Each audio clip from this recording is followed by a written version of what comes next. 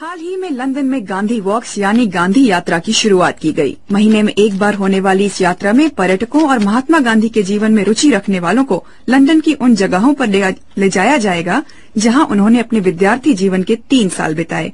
मैंने इस यात्रा में भाग लिया और जाना कि एक साधारण युवक मोहनदास करमचंद गांधी के महात्मा गांधी से बनने तक के सफर में उनके लंदन प्रवास का क्या योगदान रहा और आज क्या मायने हैं गांधी के सिद्धांतों के। My name is Sue and welcome to Gandhi's London. Mohandas Gandhi, a great spiritual leader of the 20th century. ये है सू जैक्सन, लंदन के ब्लू बैज गाइड्स की एक सदस्य, यानी लंदन भ्रमण के लिए खास तौर से प्रशिक्षित गाइड। सू के साथ हमने केंद्रीय लंदन के टेम्पल अंडरग्राउंड स्टेशन यानी लंदन वासियों की भाषा में ट्यूब स्टेशन से शुरुआत की गांधी वॉक्स यानी गांधी यात्रा की। पहला पड़ाव था टेम्पल चर्च का वो कैंपस जहाँ गांधी जी वकालत पढ़ने आए। इसी परिसर में वो लाइब्रेरी भी है जहां वो सर्दी के मौसम में ठंड से बचने के लिए घंटों बिताते थे। इस यात्रा की शुरुआत करने का श्रेय जाता है लंदन में बसे भारतीय उद्योगपति अजय गोयल को, जो गांधी जी के जीवन से बहुत प्रभावित रहे हैं। उनका कहना है कि गांधी जी के लंदन में बिताए समय पर उन्होंने एक किताब गांधी इन लंदन पढ़ी और उसी से प्रभावित होकर शुरुआत की इस यात्रा की। मैंने कोशिश ये की है कि काफी सारी रिसर्च करने के बाद और लंदन के ब्लू बैज टूर गाइड्स के साथ बात करने के बाद, जो कि बहुत ही ज्यादा प्रोफेशनल नरेटर्स हैं, जो लंदन को बहुत अच्छी तरह से समझते हैं, उन्होंने समय लगाया गांधी को समझने में। और अब ये वॉक तो चलती रहेगी। ये हर एक के लिए बड़ी व्यक्तिगत जर्नी है and anybody who is on this journey will somehow find this trip. Ajay ने कहा कि जो भी गांधी जी के पद चिन्हों पर चलना चाहते हैं वो इस यात्रा के बारे में जान ही जाएंगे। गांधी जी का लंदन में पहला साल कठिनाइयों भरा था। भारत छोड़ते हुए उन्होंने अपनी मां को वचन दिया था कि वो मांस, मदिरा और महिलाओं से दूर रहेंगे, पर उन दिनों लंदन में शाकाहारी भोजन मिलना बेहद कठिन था। हम फ्लीट स्ट्रीट, ऑल्डविच और आज के लंदन स्कूल ऑफ इकोनॉमिक्स से टहलते हुए भारत भवन के पास पहुंचे, जहां से होते हुए गांधी जी शाकाहारी भोजन की तलाश में रोज 6 से 7 मील पैदल चला करते थे। पर साथ ही उन्होंने अंग्रेजों के रंग में रंगने की भी पूरी कोशिश की। स्ट्रैंड में अंग्रेजी नाच से लेकर वायलिन बजाने की ट्यूशन ली, तो बॉन्ड स्ट्रीट से अंग्रेजी टोप यानी टॉप हैट और सूट बूट पर भी काफी पैसा खर्च किया। गांधी यात्रा की गाइड सू कहती हैं, He spends a lot of money on an evening suit, £10, which multiplied by inflation is a very large sum of money indeed. उन्होंने अपने सूट पर 10 पाउंड खर्च किए, जो उस जमाने में बहुत ज्यादा पैसे थे। वो अपने बालों का बहुत ख्याल रखते थे, नए नए हेयर स्टाइल ट्राई करते थे।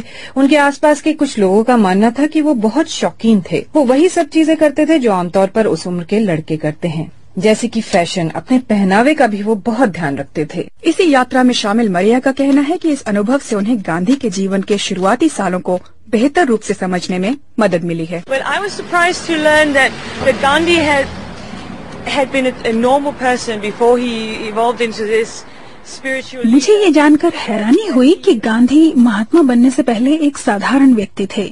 उनमें कुछ खामियां भी थीं, तो मैं ये सोचने पर मजबूर हो गई कि हम सभी में शायद वो शक्ति है जो एक साधारण इंसान को असाधारण बना सकती है। हम सभी में अपनी कमियों पर काम कर बेहतर इंसान बनने की क्षमता है। और फिर हम पहुंचे कॉवेंट गार्डन के पास सेंट मार्टिन लेन के क्वेकर हाउस।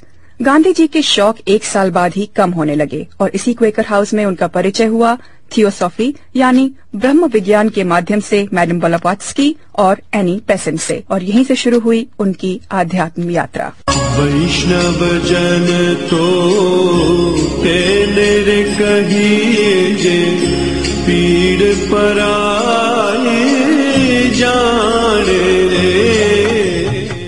आप लोगों ने आज जो भजन सुन लिया वो मुझको तो बहुत प्रिय भजन है, और जब अच्छे कंठ से गाया जाता है तो उसके अर्थ तो कोई बदल नहीं सकते हैं, लेकिन हमारे हृदय पर और हमारे दिल पर उसका बड़ा असर होता है। ऐसा मेरे लिए तो है।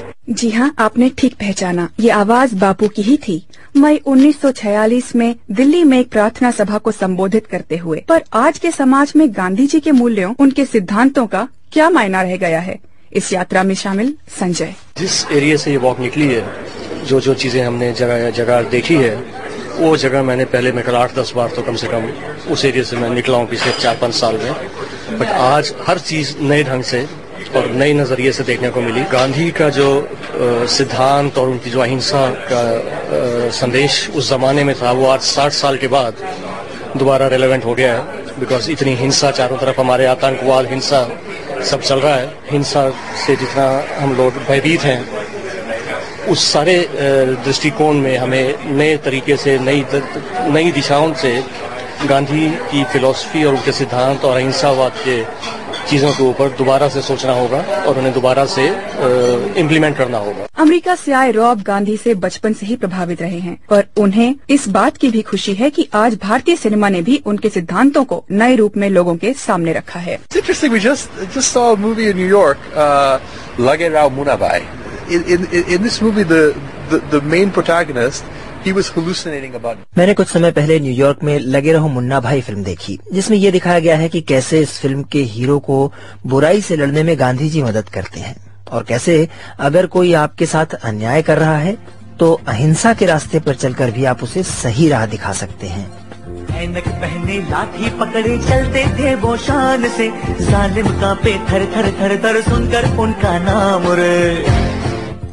और अब संयुक्त राष्ट्र द्वारा उनकी जयंती यानी 2 अक्टूबर को अंतर्राष्ट्रीय अहिंसा दिवस के रूप में मनाने की घोषणा इस बात को साबित करती है कि उनके सिद्धांतों को समय की सीमा में बांधकर नहीं रखा जा सकता।